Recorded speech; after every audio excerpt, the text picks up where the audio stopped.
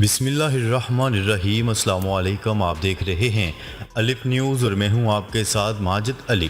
شامل کرتے ہیں آج کی online headlines. Capitol Hill فسادات، ڈونلڈ ٹرمپ پر بغاوت کا الزام۔ نیوز رپورٹ کے مطابق ایک سال طویل تحقیقات کے نتائج پر پریزنٹیشن میں خصوصی کمیٹی نے منقسم ملک کو ایک گہری اور جاری سازش پر اکسانے کی کوشش کا پتہ لگایا، جسے سابق صدر ڈونلڈ ٹرمپ نے ترتیب دیا تھا تاکہ انتخابات 2020 کے نتائج کو تبدیل کیا جا سکے، جسے جو بائیڈن نے جیتا تھا۔ ریپبلکن کی جانب سے پینل کے وائس چیئرمین نے ابتدائی ریمارکس میں بتایا ہے کہ صدر ڈونلڈ ٹرمپ نے ہجوم کو بلا کر جمع کیا اور اسے حملے کے لیے بھڑکایا۔ فلسطینیوں نے طاقت کا مظاہرہ کرتے ہوئے کامیاب میزائل تجربہ کر لیا۔ میڈیا رپورٹس کے مطابق فلسطینی استقامت تنظیموں نے اپنی دفاعی اور عسکری طاقت میں اضافے کے منصوبے پر عمل کرتے ہوئے غزہ کے ساحلوں کے قریب فوجی مشقیں انجام دی، جس کے دوران کئی جدید ترین میزائلوں کا تجربہ بھی کیا گیا۔ رپورٹ میں بتایا گیا ہے کہ یہ میزائل غزہ کے ساحلوں سے سمندر کی جانب فائر کیے گئے اور انہوں نے اپنے ہدف کو کامیابی سے نشانہ بنایا۔ نبی کریم صلی اللہ علیہ وسلم کے بارے میں توہین آمیز بیانات، کروڑوں بھارتی مسلمان سڑکوں پر نکل آئے۔ ہندوستان کی تقسیم کے بعد پہلی مرتبہ بھارت میں بسنے والے مسلمان سڑکوں پر آ گئے اور مختلف ریاستوں اور شہروں میں ہونے والے احتجاجی مظاہروں میں 4 مسلمان پولیس کی سیدھی گولی لگنے سے شہید جبکہ درجنوں زخمی ہو چکے ہیں۔ مرکز میں حکمران جماعت بھارتیہ جنتا پارٹی کے عہدیداروں کی جانب سے نبی کریم صلی اللہ علیہ وسلم کے بارے میں توہین آمیز بیانات کے رد عمل میں ملک کی مختلف ریاستوں اور متعدد شہروں میں ہونے والے احتجاجی مظاہروں کا سلسلہ جاری ہے۔ روسی صدر ولادیمیر پوٹن نے روس کا بائیکاٹ کرنے والے مغربی ممالک کو آئینہ دکھا دیا۔ روس کے صدر ولادیمیر پوٹن کا کہنا ہے کہ مغربی ممالک کا آئندہ کئی سالوں تک روسی توانائی کے ذرائع پر انحصار رہے گا، لہٰذا روسی کمپنیاں اپنے تیل کے کنوؤں کو کنکریٹ سے ڈھکنا نہ شروع کریں۔ نیوز رپورٹ کے مطابق روسی صدر ولادیمیر پوٹن نے نوجوان کاروباری طبقے کے ایک گروپ سے گفتگو میں کہا ہے کہ عالمی منڈی میں تیل کی مجموعی مقدار کم ہو رہی ہے جبکہ قیمتوں میں اضافہ ہو رہا ہے اور ایسے میں کمپنیوں کا منافع بڑھ رہا ہے۔ روس سے متعلق دنیا سے بڑا جھوٹ بولا گیا، سابق یوکرینی عہدیدار کا اعتراف جرم۔ یوکرین کی سابق اعلیٰ عہدیدار نے اعتراف کیا ہے کہ اس نے مغربی ممالک کو روسی فوجیوں کی یوکرینی عصمت دری کے بارے میں جھوٹ بولا تھا۔ غیر ملکی میڈیا کی رپورٹ کے مطابق یوکرین کی سابق پارلیمانی کمشنر برائے انسانی حقوق نے اعتراف کیا ہے کہ اس نے مغربی ممالک کو یوکرین کو مزید ہتھیار دینے پر راضی کرنے کے لیے روسی فوجیوں کی جانب سے یوکرینی خواتین کی اجتماعی عصمت دری کے بارے میں جھوٹ بولا تھا۔ چین نے امریکہ کو کھلی دھمکی دے دی۔ امریکہ کی جانب سے تائیوان کو ہتھیاروں کی فروخت کا اعلان کرنے کے بعد چین نے اپنے حریف کو کھلی دھمکی دے دی۔ غیر ملکی میڈیا کی رپورٹ کے مطابق چین کی وزارت دفاع نے رد عمل میں کہا ہے کہ کسی نے تائیوان کو چین سے الگ کرنے کی جرات کی تو بھرپور جواب دیا جائے گا۔ چین کا کہنا تھا کہ چینی افواج علیحدگی پسندانہ کوششوں کے خلاف ہر قیمت پر لڑے گی۔ تائیوان چین کی سرزمین کا مقصد اور ناقابل تنسیق حصہ ہے۔ اس نے کہا ہے کہ ون چائنا کا حصول چین امریکہ تعلقات کی سیاسی بنیاد ہے۔ چین پر قابو پانے کے لیے تائیوان کا استعمال ناکامی سے دوچار ہوگا۔ حکومت پیٹرولیم لیوی 35 روپے اور بڑھائے گی، شوکت ترین نے خطرے کی گھنٹی بجا دی۔ تحریک انصاف کے دور حکومت میں وزیر خزانہ رہنے والے شوکت ترین کا کہنا ہے کہ بجٹ میں کافی چیزوں میں وہ انکم دکھائی گئی ہے جو ہے ہی نہیں۔ بجٹ خسارہ 4.2 ٹریلین روپے ہے۔ سابق وزیر خزانہ شوکت ترین نے وزیر خزانہ مفتہ اسماعیل پر تنقید کرتے ہوئے کہا ہے کہ حکومت پیٹرولیم لیوی 35 روپے اور بڑھائے گی، ان لوگوں کے اوپر ایک اور مہنگائی کا طوفان آئے گا۔ مہنگائی زیادہ ہوگی تو کاروبار کیسے بڑھے گا؟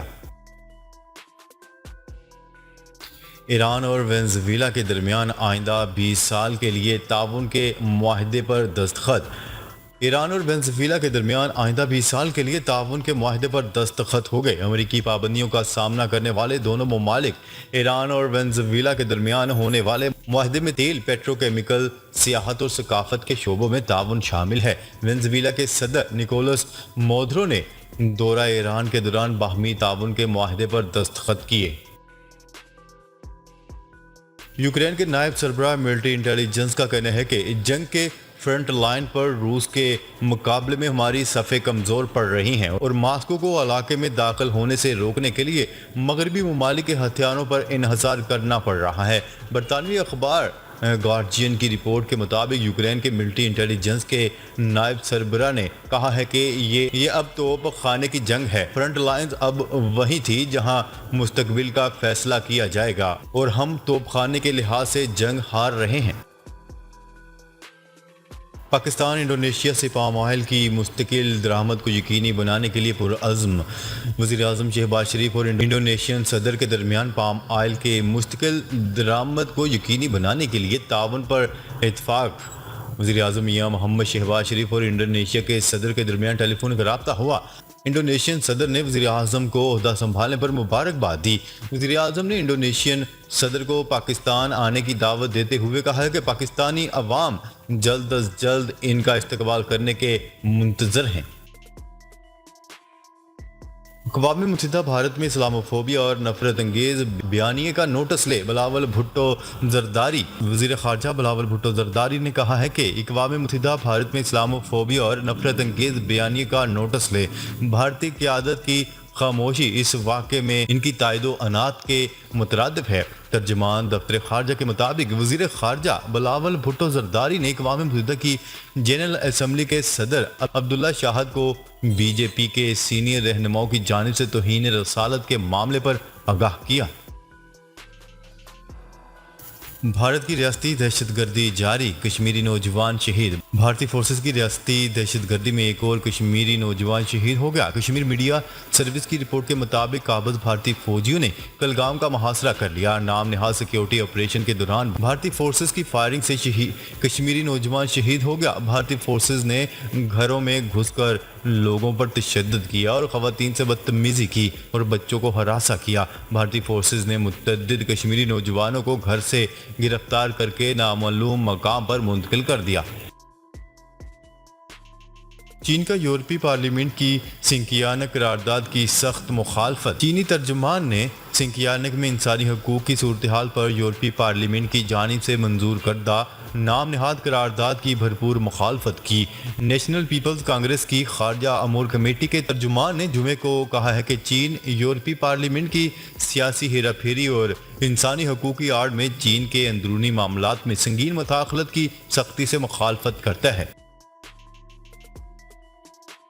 نئے مالی سال 2022-23 کے بجٹ میں سولر پینل پر سیلز ٹیکس ختم کر دیا گیا۔ وفاقی حکومت کی جانب سے پیش کردہ نئے سال کے بجٹ میں سولر پینل کی درآمد پر ٹیکس زیرو اور سولر پینل کی ڈسٹریبیوشن پر بھی ٹیکس زیرو کر دیا گیا۔ وفاقی وزیر خزانہ مفتاح اسماعیل نے کہا ہے کہ سولر پینل کی درآمد کو سیلز ٹیکس سے استثناء کی تجویز ہے اور 200 یونٹ سے کم بجلی استعمال کرنے والوں کو سولر پینل کی خریداری کے لیے قرضے ملیں گے۔